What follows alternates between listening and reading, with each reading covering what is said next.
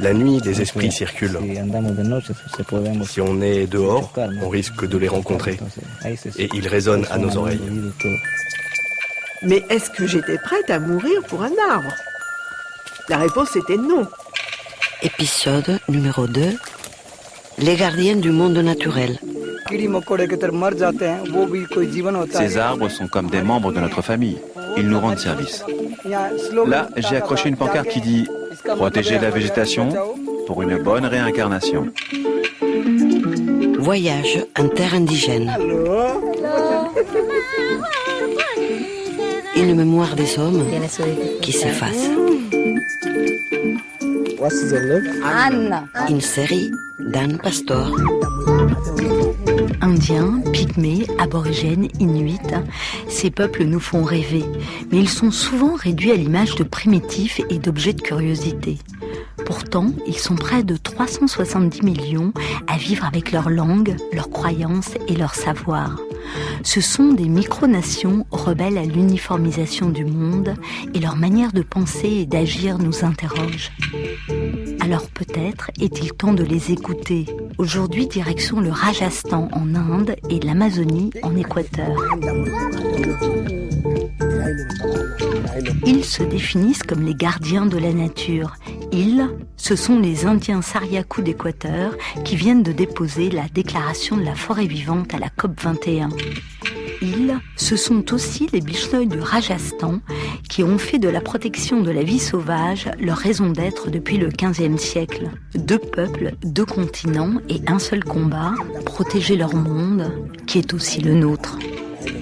Vous êtes en terre indigène sur France Inter.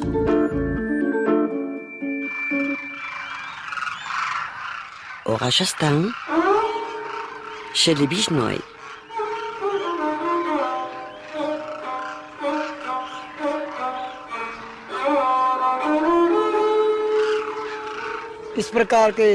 Quand on voit la beauté de ces oiseaux, on se dit que si Dieu existe, c'est bien ici. C'est un don de la nature. Je considère que la nature est le plus beau cadeau que la vie m'ait fait. J'aimerais que le genre humain préserve ce cadeau. Quand vous êtes arrivé, vous êtes agenouillé, installé en position de lotus et vous avez médité. Et puis quand vous avez vu cet arbre, vous n'avez pas hésité à le saluer. La terre est comme une mère et cet arbre est comme son serviteur. Le plus humble et le plus noble de ses serviteurs. Il est de notre devoir de saluer la nature. C'est elle qui nous donne la vie. Nous avons beaucoup de chance. Elle nous aime comme une mère, elle nous cajole, elle nous protège. C'est donc un devoir suprême de lui rendre hommage. La nature nous comble de son amour. Comme tous les matins au Rajasthan, un vent de sable s'est levé sur le désert du Thar, surnommé la Terre des Morts, l'un des déserts les plus secs de la planète où le thermomètre flirte l'été avec les 65 degrés. Un environnement pour le moins hostile auquel la communauté Bishnoï a répondu à sa manière en se vouant corps et âme à la sauvegarde de la nature. Et c'est le visage enfoui dans les plis de son foulard que Kamuram, vêtu d'une tunique blanche, se dirige vers Kedjarli, un des lieux saints des Bishnoï. C'est un panneau que j'ai laissé dans la précipitation à la foire de Kedjari. Protéger la végétation pour une bonne réincarnation. Partout où je vais, je laisse ma trace. Là, j'ai accroché une pancarte qui dit « Réveillez-vous, dites non au plastique ». Je me suis fixé un but dans la vie, préserver un environnement sain et propre.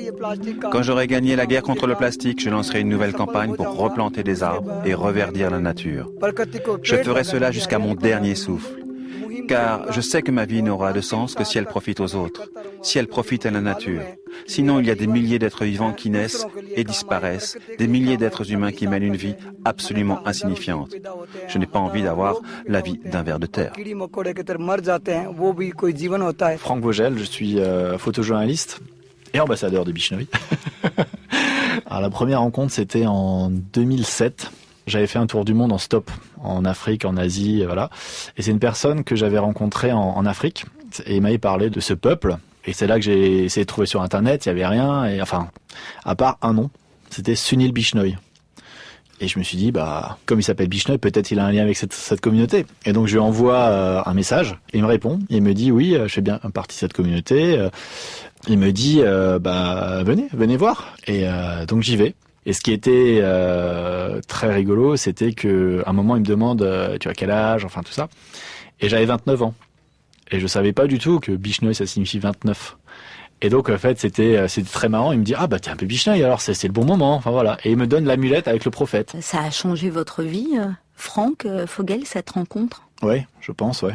Moi, j'étais déjà personnellement proche de la nature. Et donc, de voir ce peuple dans un désert qui a réussi à s'adapter complètement, déjà, ça m'a touché. Et je pense que je suis peut-être devenu un peu plus humble. Les Bishnoi, c'est les premiers à changer leur façon de vivre. Complètement, radicalement, parce qu'ils ont été obligés. S'ils ne changeaient pas, ils mouraient. Et ils ont dû s'adapter. Et ils sont devenus écologistes par besoin, pour survivre. Et c'est pour ça que je les appelle les premiers écologistes. Parce qu'ils ne sont pas nés écologistes. C'est pour ça que c'est un exemple. C'est-à-dire qu'on peut changer.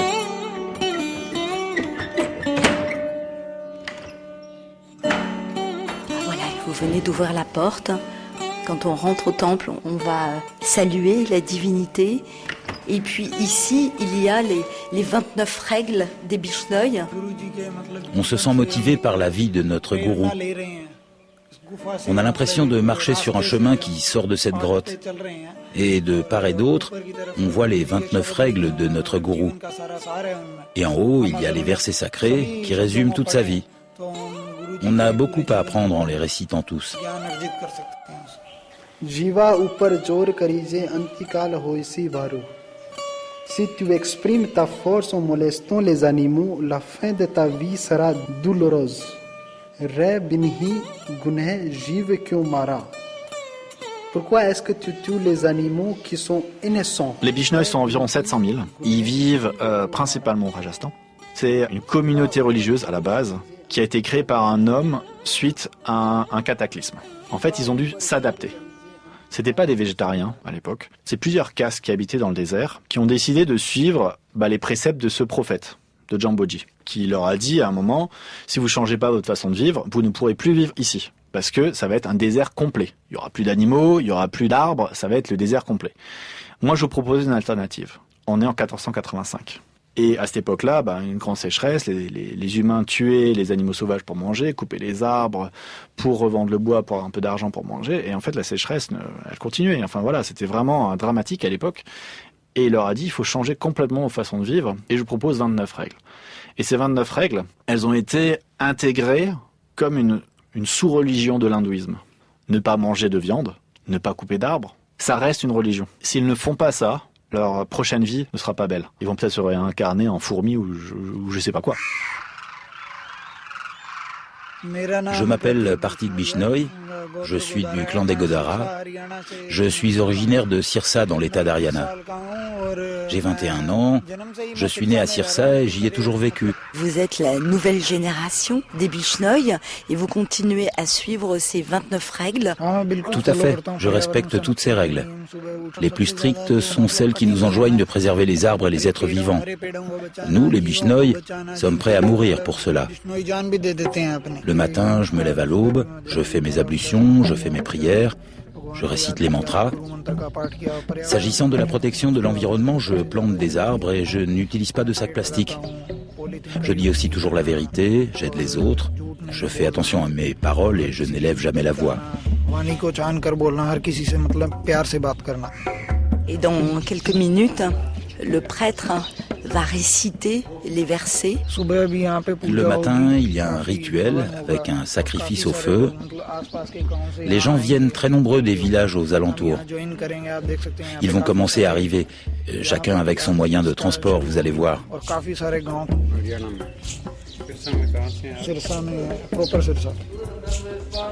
Le prêtre vient de s'asseoir et alors là, il est en train de préparer les offrandes. Comme vous le voyez, on a disposé des textes sacrés de façon à ce que les gens qui ne connaissent pas les versets par cœur puissent les lire pendant le sacrifice. Ici, on mettra une noix de coco et là, on est en train d'allumer le feu sacré pour le sacrifice. Et puis voilà une magnifique dame qui arrive en tenue Bishnoi, rouge, orange. Voilà, vous pouvez voir, des habits sont différents que les autres femmes. Vous voyez, très colorée, elle est très très âgée, mais quand même, elle est très sérieuse avec son religion. Regardez, maintenant, elle va s'asseoir là-bas.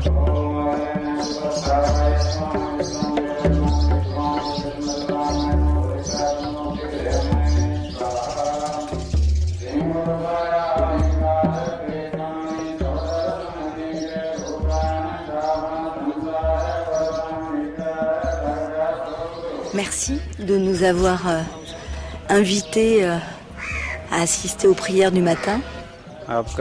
Merci à vous et merci à Dieu qui vous a mis sur mon chemin.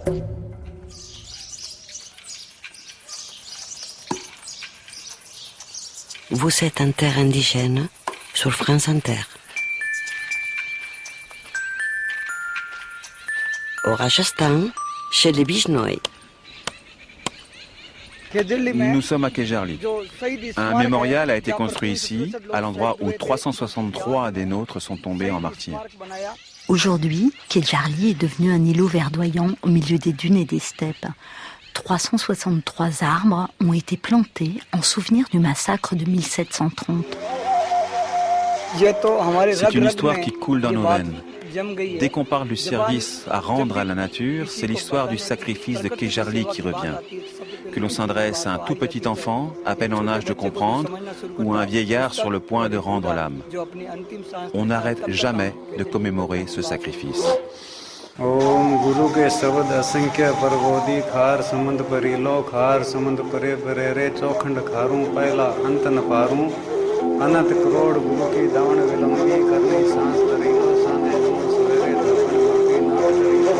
Les Bishnoi, ils ne coupent pas d'arbres verts, mais ils en plantent. Ils plantent au moins un arbre par an par Bishnoi. Donc forcément, il y a des arbres qui sont autour des villages. Et à l'époque, le Maharaja de Jodhpur voulait repeindre son palais. Et donc pour repeindre, il faut de la chaux. Pour faire de la chaux, il faut du bois. Donc il a ordonné à ses soldats d'aller chercher du bois. Donc ils sont allés à Kejarli. Ils ont commencé à couper les arbres. Et c'est là qu'une femme s'est interposée et dit « Mais vous pouvez pas couper ces arbres. C'est des arbres sacrés, vous pouvez pas y toucher. » Et là, elle décide d'enlacer un arbre et de dire je préfère que vous coupiez ma tête que de couper cet arbre. » Au début, ils l'ont pris pour une folle, et finalement, il la décapite. Ces 3 filles étaient là. Elles voient la scène, et elles font la même chose. Et en l'espace de 15 jours, les gens sont venus d'un peu partout. Et on a la liste des 363 Bishnoi, avec le nom du père, de la mère, du village, et l'âge auquel ils sont décédés. Finalement, le Maharaja entend parler de cette histoire, il décide de venir sur place, s'excuser. Et il y a un décret royal qu'il a édicté à l'époque qui stipule qu'il est interdit, même pour la famille royale, de couper les arbres et de tuer les animaux sauvages.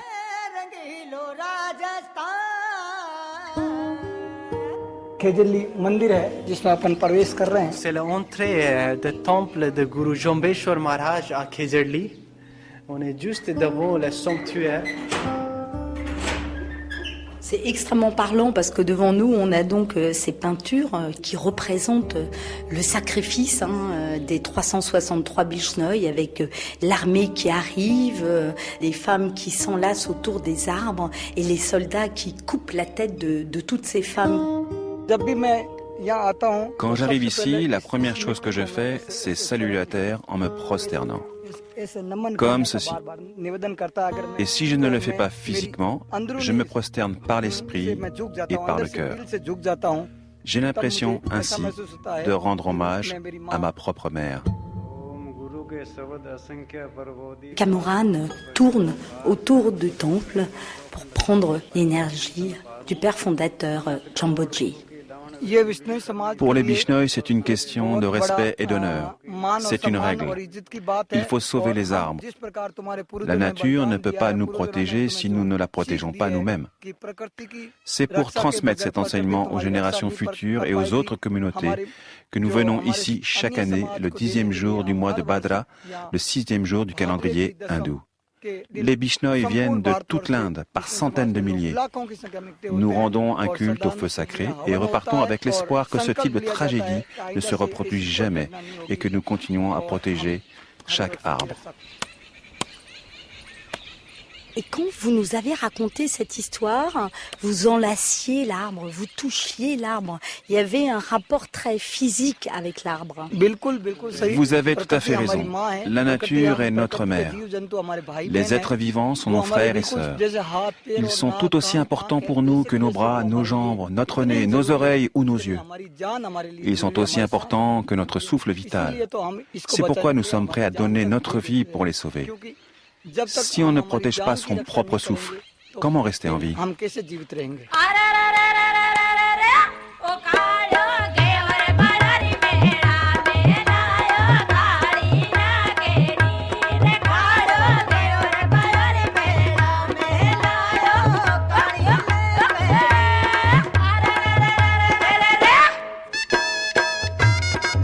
Depuis qu'on est arrivé, Camoran, vous rayonnez.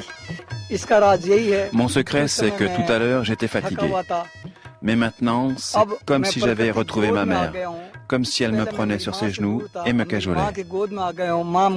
Quand un enfant se fait cajoler par sa mère, sa fatigue s'envole aussitôt.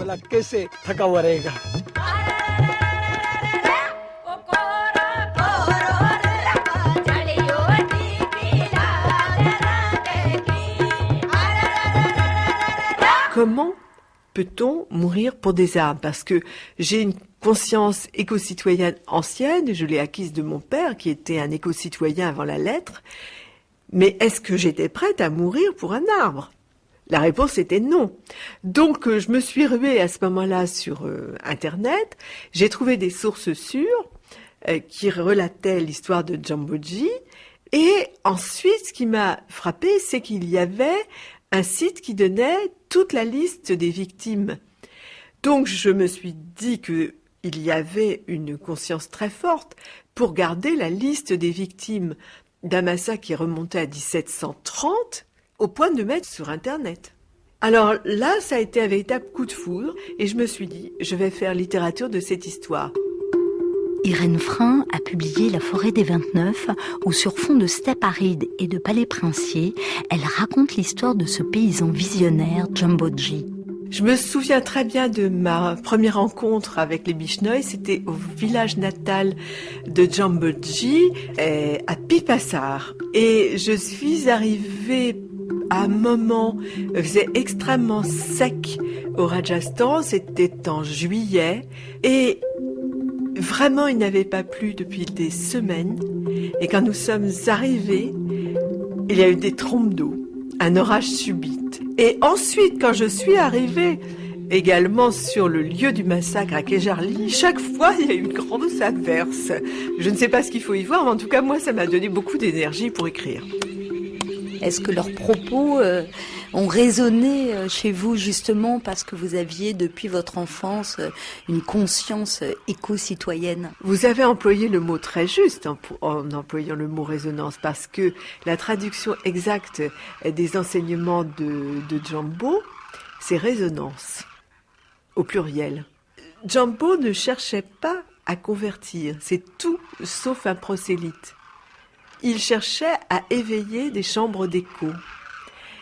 Ils m'ont fait réfléchir sur mes pratiques. Donc j'ai fait un inventaire de mes pratiques, mais j'ai aussi compris ce que m'avait dit Gesum Pema, la sœur du Dalai Lama, que dans la planète, tout était interconnecté.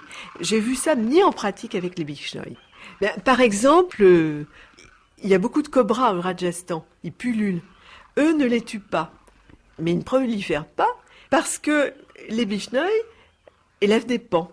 Donc les pans font le ménage, ils tuent les cobras. Il n'en reste que la petite quantité qui permet le juste équilibre avec les autres espèces. En fait, ils s'arrangent pour qu'en tout, la nature fasse son boulot.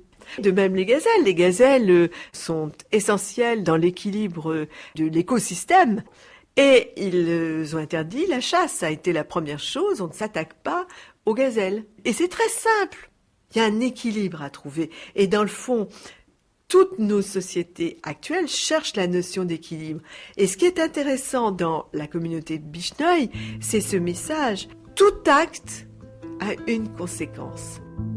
J'ai vu des gens qui, dans tous leurs actes de leur vie, pratiquaient ce respect du vivant, du non-vivant et de la chaîne qui fait que la nature peut se perpétuer.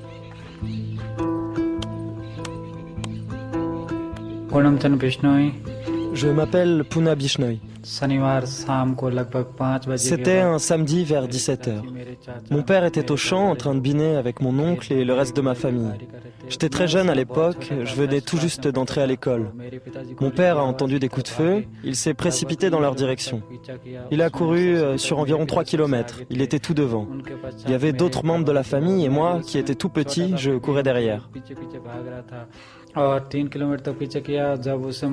bout de 3 km, il est tombé sur le braconnier qui lui a dit « N'approche pas ou je tire ». Mon père a répondu « Tire si tu veux, mais je ne lâcherai pas cette gazelle ». Alors il a tiré et mon père est tombé en martyr.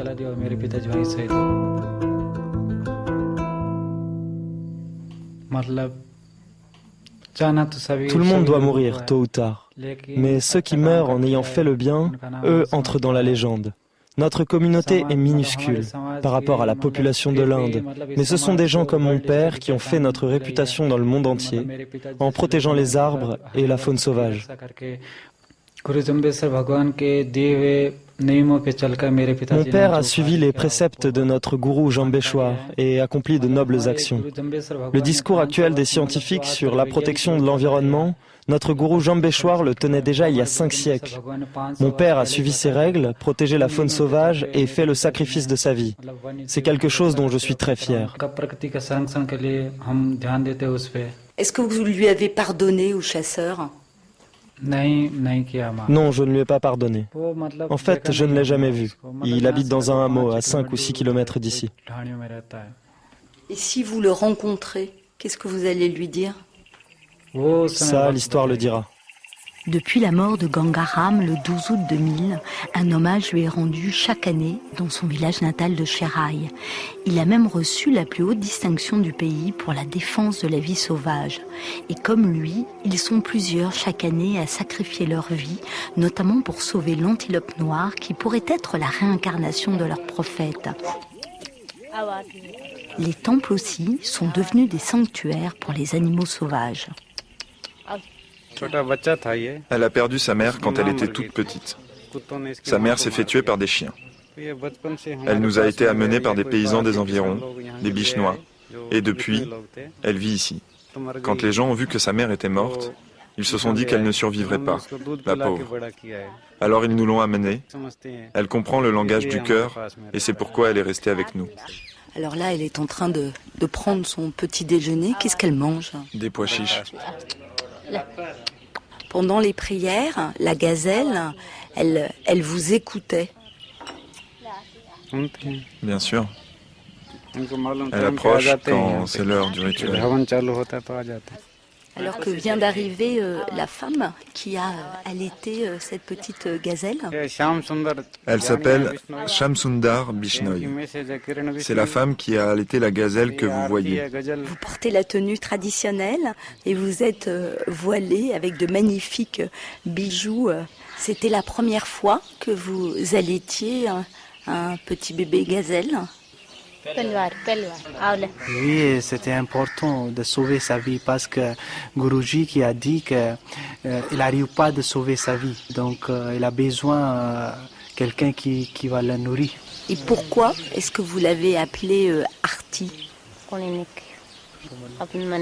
Mon cœur qui m'a dit Arti, c'est-à-dire la prière. En allaitant ce petit bébé gazelle, vous avez eu l'impression d'accomplir une des règles importantes de la religion Bishnoi.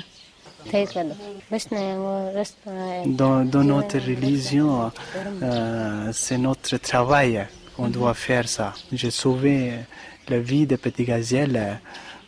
Je suis très content. Elle est comme le membre de la famille. Vous lui apportez des petites graines.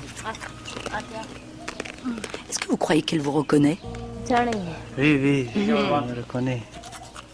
Elle était avec moi pendant des mois.